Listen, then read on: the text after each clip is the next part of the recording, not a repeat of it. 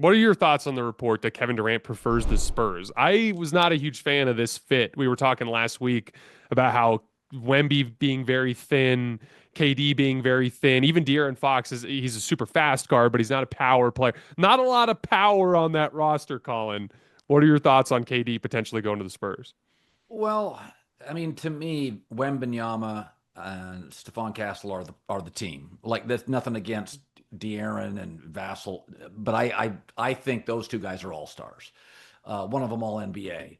So, and I think they're just getting better fast. Um, I think I'm always cautious to say Kevin Durant doesn't fit anywhere. I think he fits everywhere. That's like my wife always says, like, salt works with everything. Like my son was a chef, my stepson. It's like, yeah, bacon grease and butter work with everything. That's Kevin Durant. Like, you can just find a spot for a guy who's the best jump shooter at any given juncture in the league. So, and I also think Kevin it just kind of figures it out. I don't always like his decision making on teams, but even in Brooklyn, he was the one thing I liked about it. He was the one thing. I mean, in Arizona, in Phoenix, it was Bradley Beal that drove us nuts. Kevin Durant was giving me 26 and 27. I'm not disappointed with him. I've been disappointed with, his like team selection, but I just kind of feel like he's water. Like, he just kind of floats and finds his level, and I think he'll fit anywhere. And I also think you've got really smart between Chris Paul and De'Aaron Fox. You have good guiders on that team, like really smart guys. And you can be a really flawed team if you're intelligent. We've talked about the Miami Heat, like one of the smartest teams in league history. It's like Mhm. Allen, LeBron, Wade, Bosh, Battier, Haslam. It's like, geez, high functioning. They didn't have a center. Chalmers drove everybody crazy. Wade and LeBron kind of had duplicate games, and you're like, yeah, they got to four straight finals. Like, they just figured shit out, right? And I kind of feel like if you put Wemby and it's Fox and it's you'd have to move off. I think Harrison Barnes we talked about before. I Mhm. think it was the, but I mean, I just think KD would work. I think it would just work. I think it. I think Houston needs him more, but I mean, I think he looks at Houston and thinks, all right, like like Sengun, yeah. I mean, Thompson, is he a great offensive player yet? He's more of an athlete defensive player. I don't know. I think KD's smart and looks at it and just thinks, man, I could have bad shooting nights and we could score 128 in San Antonio. Like, I think that's how he looks at it. Maybe I'm wrong.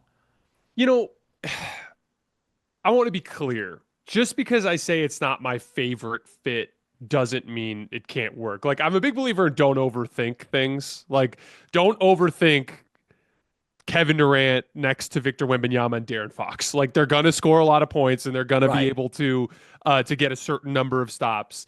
There is we were just talking about with Desmond Bain. There's a reason why Desmond Bain's shooting is so incredibly valuable in the Orlando context on a team that not only doesn't have a guy who can make jump shots, but doesn't have a guy who can make jump shots off the move. So it's uniquely super valuable to that team. KD anchored by the physicality of Houston. I like the kind of like force multiplier effect he could have there. That said, even in the context of San Antonio, he's obviously a massive upgrade. He's obviously going to make them way better. There's even like some interesting stuff you could look at in the big picture. KD is like probably the best shooting workout guy in the league to pair Victor Wembanyama with. He's legendary for the quality of his shooting workouts, him going game speed, him working on shots that are specifically available in NBA games off of certain actions. KD is like a legend in his workouts off the floor. Wemby's going to be doing all those workouts with him. You know he is. And it would lead to a certain development in terms of Wemby's big picture health. But it looks to me more like less of a immediate contender juggernaut and more of like kind of a fun place for KD to end his career where he can go That's hand in right. hand in Wemby. That's what I think. I Mhm. think KD looks at it and thinks this would be fun. Hmm. is that it wouldn't be, I wouldn't have to drop 28. Points would come easy. And I think Katie looks at it and thinks, okay, De'Aaron Fox, Wemby, the structure of the organization, they draft smart players. They don't draft a lot of ego. They don't draft a lot of dummies. I think Katie looks at himself and thinks, okay, Houston's got this. There's a lot of stuff in Houston that I'm not sure it's ever going to be great in the playoffs. It's a lot of hyper athleticism and length and running. And that's fun, but I don't think at this point he wants to be a mentor, right? Like I think he wants to go, I think I'll have some fun and play with really smart players, highly functional players, and all put the pressure on me to figure out where I fit. Like they don't need him. I think Houston needs him. I think the Knicks could really use him. So I think for KD, I think it's perfect. That would be fun. It would be fun for him. And I think it would be fun for us. Sorry to interrupt this great video, but please remember to like and subscribe. Thank you. Now back to the video. It falls in line with the same ideology that led him to Golden State. Like to your point, KD could win a title in Houston, but it would be a chore and offense would come very difficult. He'd be facing crazy looks. Now, the flip side of that is he wouldn't have to be the same statistical monster in Houston that he would be in other situations because Houston's defense is so good that he would just need to basically lift them over the top on the offensive end of the floor. But there is something to be said about basketball is more fun when the ball's moving around and you're playing with more offensive skill. And when you Yes. like KD, if there's one weakness at this point in his career, he doesn't pressure the rim a ton. Well, De'Aaron Fox sure as hell does. So like he's gonna get to play off of those advantages and play off the ball. Like there is KD has told us to our faces exactly who he is for years. He loves basketball and he wants to play a fun brand of basketball. That's And right. so even if we look at it on paper and go, "Oh, Houston, big, strong, physical team, they can anchor him with defense."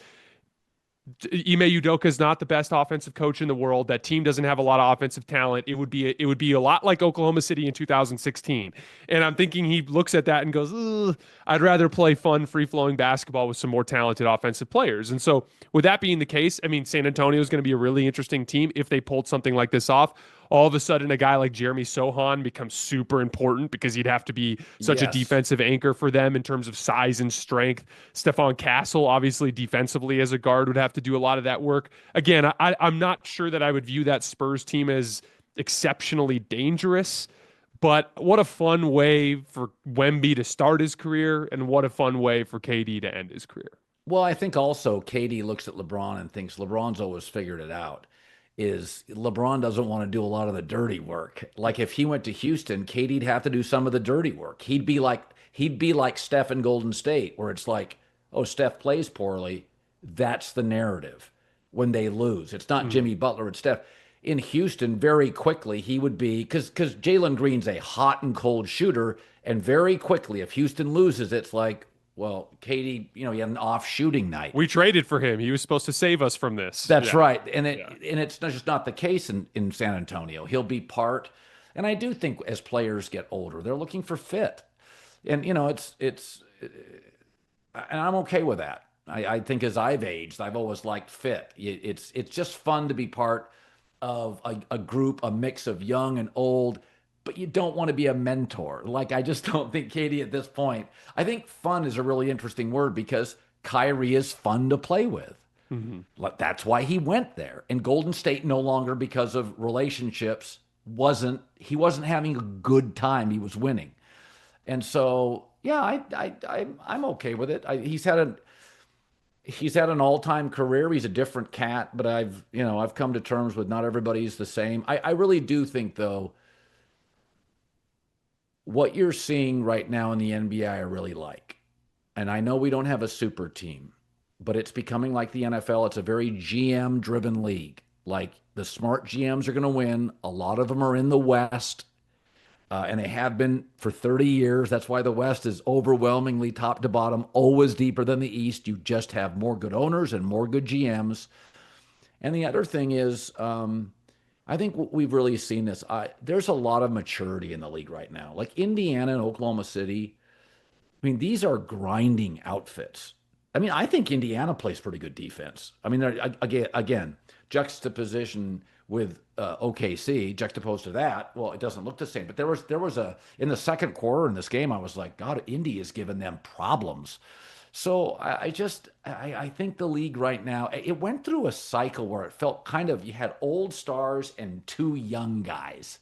Like, and you had these Jaws and these Zions. It's like they're just not ready. I just feel like we've got this group of Halliburton and SGA and And Jalen Williams, yeah. and it's just like really good Tatum, really good young players, totally dedicated to the league. And fewer and fewer old guys are relevant. And I think it may not get ratings, but I really like OKC and Indiana. Like I really respect top to bottom both organizations. The point about maturity is a good one because these two teams are relatively young. And Yeah. young teams, young NBA teams famously don't play defense because young guys in general, it takes time for them to learn how to prioritize how they spend their energy.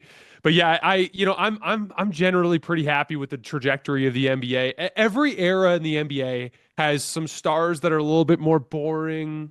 Like for instance, to me, Shea's like the guard version of Tim Duncan. He's not the most exciting player in the world for me to watch, but he's incredibly dominant at his position.